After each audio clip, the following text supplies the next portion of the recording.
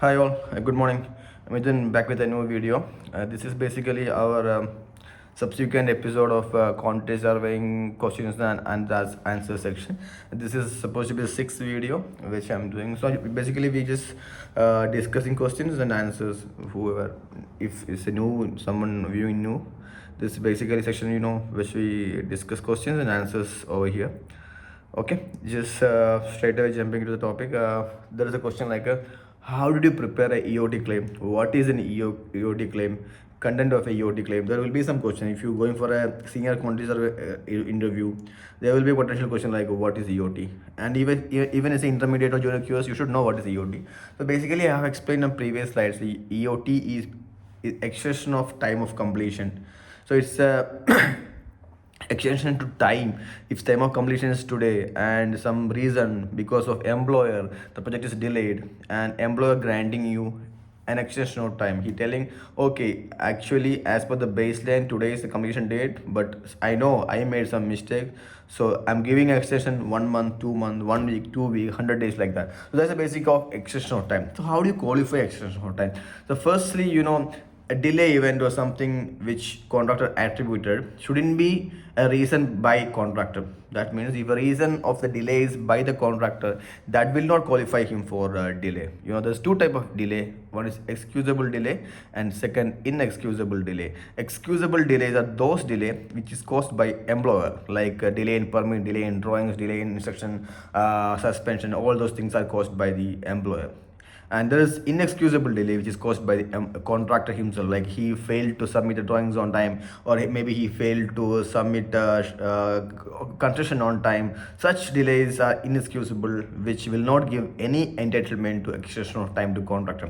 But however, if delay is caused by employer plus not just employer, authority delay, act of god, those things will give entitlement for the extension of time. Again, extension of time has this excusable delay has two type: compensable, non-compensable. Sometimes employer give you only the extension of time, sometimes they will give you extension of time and cost.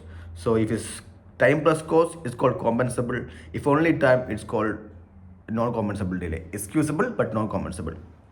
So this is basically the extension of time and the delay events. So how do you prepare EOT? How do you initiate a EOT? There will be a question like, because I have faced a question such that in previous one of my previous interview.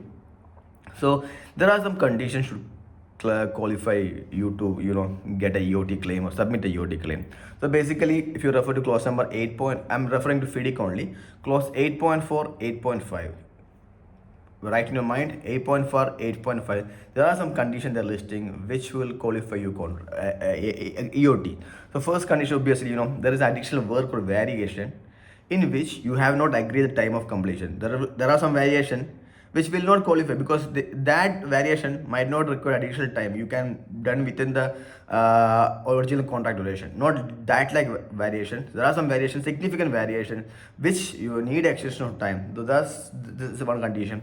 And there will be some cases where if you look into FIDIC form of contract or any other form of contract, there will be different other criteria listed in the contract. Okay, for example, if you face a different physical conditions side, that is entitled you for a extension of time. If then there will be a condition like suspension is entitled you for a extension of time. There are different conditions stated in the contract, and if any of that condition satisfied, that also will entitle you for a extension of time. Then obviously exceptionally adverse climate condition, like exceptionally adverse climate condition means like the climate condition is so adverse like you are not able to do any work after that. Okay, having said that, I'm just telling like exceptionally adverse condition, that should be, as a contractor, he should not be able to predict that condition also. That is a condition subsequent. Okay, then unforeseeable shortage of material, goods and plants, because if you see when there is the Ukraine war, there will be definitely some unforeseeable shortage of material within Russia, not just between Russia. There are some material which UAE or other country exporting from Ukraine or Russia, that also will be affected. So that's one more condition. Then any delay, any impediment, any issue caused by employer or his representative, like employer because of some reason, which is caused by employer, that also a cause for EOT. So basically, a variation, an adverse climate condition, unforeseeable shortage of material, manpower, a delay caused by or an impediment or obstruction caused by an employer, plus any condition in the contract which will give entitlement for the extension of time. Okay, so these are the conditions in which EOT will be awarded. Now there is one more condition actually, authority delay. Authority delay is also a condition for extension of time, but there are some 3 4 set of condition to be fulfilled. There is authority delay. That doesn't mean that you will get a EOT. Okay, the authority, if you want to get the authority delay or EOT, first condition, so you submit the approval and everything. Okay, you submit the approval. Normal cases you supposed to get a permit in 1 week time, but some other strange reason which you doesn't know about it, it's delayed, dragged, and it dragged some 2 3 weeks. You doesn't know why this delay, and there is no, previously there was no delay, but this time there was a delay. This is called unforeseeable authority delay, and this also will entitle you for additional time. Okay, these are the basic reason why EOT can be what do you call, awarded to you. So how do you start with EOT? A question will be there like, now I explained like EOT provisions and conditions. So how do you submit them? So first, if you come across any of this issue, first you have to give a notice. Okay, if you, because EOT ultimately linked to claim, there is a section called claims, contractors claim, it will link to that. So firstly, when you are aware of an issue, should serve a notice, because that is giving a eyes opener to the employer. So you see there is a delay in drawings, or you see there is a adverse condition, you send a notice: dear employer, I'm facing an issue, an unforeseeable issue, a flood over here, or a unacceptable rainfall over here, which affecting my work. As per this condition of the clause, I am entitled to extension of time and cost. Here, with under this letter, I am reserving my right. Just a notification. Okay, so you send a notification. Your first criteria is covered. Okay, second, with actually, as far as you are, as soon as you are aware, immediately you will send notice, because employer also will be aware of the situation. Then you are to submit a claim. The notice should be submitted within 28 days, and then you have to submit a claim as much as possible, or like within 42 days, 28 days as per the contract. This is called your EOT claim actually. So first you send a notice, and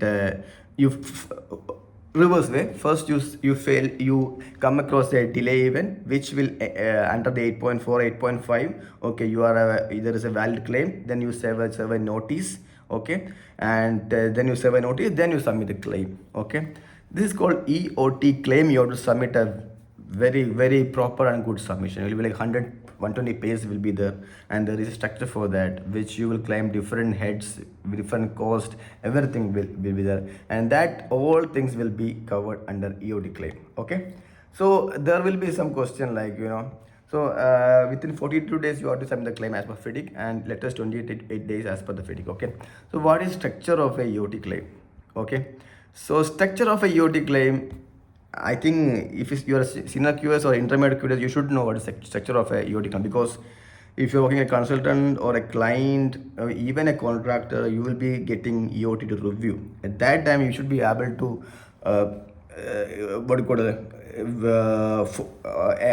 Have a bird eye view on that, and okay, this is as per structure to analyze before deep dive into it.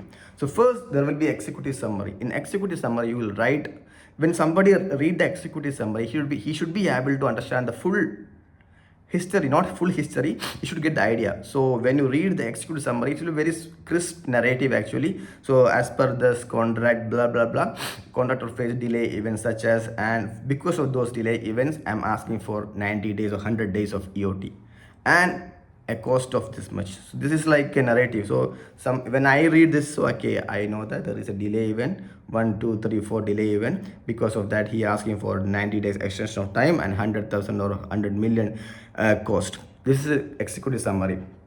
Then there is like a next step, introduction will start. First contract, you will write this contract is formed between company A and B. Date was signature. We signed the contract on this date. Commencement date was this date.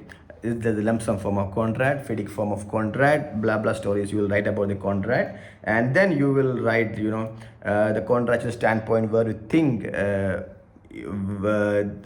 EOT, and so we'll write like as per the clause 8.4 this is mentioned over here, as per clause 8.5 this is mentioned over here, and for some conditions blah blah blah you that also. Then you also will include a snippet of program also. Will include a milestone or some based from the baseline you extract a snippet and put your program. So basically introduction, executive summary, then introduction you will write contract summary, EOT provision summary, and the program. That's it.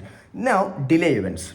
So you give the introduction only. Now delay events. Now the step where you going deep into the delay events. You will write delay event 1, adverse weather condition. Delay event 2, unforeseeable shortage of material. Delay event 4, authority issue. You will list all delay events and give a narrative of delay events also. In this section, you are not doing any delay analysis. You're doing only delay events and stuff only. Okay. So you will write delay event is background. So for example, adverse climate condition. I will write delay event number 1, adverse climate condition. In Dubai 2023 there was a heavy rainfall from this date to this date, which completely flooded. The roads are completely flooded, and we were not able to get a material workmanship, or it's completely stopped the work. First condition. And not just like this, we will give a proper narrative over here. Second, there will be shortage of material, unforeseeable shortage of material. I will write like due to Russian Ukraine war or Palestine as well, there was a material which is supposed to come from Russia, but it completely stopped due to, or we face a drastic shortage of material due to the war scenario exist. Just like that we will write over here. So we will list all delay events over here. Then we will go to programs. So the snippet, as I said, we have only snippet of program. Then we will give a narrative of programs like the first baseline program submitted on this date, and revision was started, reverse program or recovery program, blah blah. Just a milestone is the critical path, and this is affecting critical path, this affecting critical path, and CPM methods. All those things we will write. So narrative, introduction, contracts summary stuff, delay events. Now we will draw program. Then we will establish delay analysis method. So you know the contract, you know the entitlement of the contract, you know the program. Now you have to establish delay analysis method first. Ultimately there is a delay, you told there is a delay, but it has to be analyzed in a proper way. So delay analysis method will be, you will be stating like whether it's a IPA impacted as planned, or a time impact study, or as built as planned, or whichever method of window analysis, whichever method you're following, you will write the method and you will establish this is the analysis method I'm using. So if I am reviewing, so I'm reviewing the one by one, or narrative I read, program I see, delay event says, okay, this is the method he going to adapt for delay analysis. So my mind will fix for that. This is the delay analysis method. So second is delay analysis. So each delay event he will be analyzed using his method. Okay. So there will be program, he will put this program, he will compare because of this delay, how many days are there. This delay events, he properly do it. Or usually it will be done by a planning engineer, because we don't have expertise to do that. Though we know it's better to get it done by a planning engineer or planning manager, because they know better than us. Okay. Delay analysis, we said properly they will do all those things, steps and all. Okay, this is not enough. Okay, this is not enough actually. For first condition, like the first scenario where unforeseeable rainfall, I told you, adverse climate condition. So for this is, we have to prove it actually, it's unforeseeable and adverse. So first we will take, for example, there's a January. In January there is a heavy rainfall. Okay, heavy rainfall for 3 weeks. Just imagine there was a heavy rainfall in Dubai for 3 weeks. So that is not common in Dubai, like 3 weeks rainfall. I never seen 10 years. So what we do is like, we'll take a 10 years history in January. We'll take, we prepare a graph like for 10 years. So average rainfall for this much. But this year 23rd, there is a heavy rainfall, which you can see a drastic increase from the normal graph. So that means that is a unforeseeable adverse condition, because if it's raining is common in January, you can't call it adverse. you can call it for unforeseeable. It should be foreseeable, but in this condition you take all the proof, like from the weather authority will get all the documents, you will attach together and show that, see sir, as per the for 10 years data there is no rainfall over here, but unforeseeably extreme rainfall though, that's the reason. So this is the way you will prove like your stand, like this there was a delay, for example, and if there is a flood or same unforeseeable shortage of material, again you will have to prove all the method, like see we don't have faced any issue, but there's a Ukraine war and we're not getting material out of it. You can show all the correspondence mail sent to different department, custom clearance, all those things, but nothing work out. But it's like you tried your level best to get the material, but nothing happened because it's beyond our control. So you have to, then there is financial claim. Okay, you will submit financial claim, like you done delay analysis, after the analysis, and you prove it with your narrative, and then you say there's 90 days of EOT, extension of time, and this much cost. Now there's a cost because 90 days I need to pay my salary, staff and stuff, that you ought to list over here. It's been 50 minutes already, the financial claims, and again if there are some questions in EOT I will address in next section. Bye bye.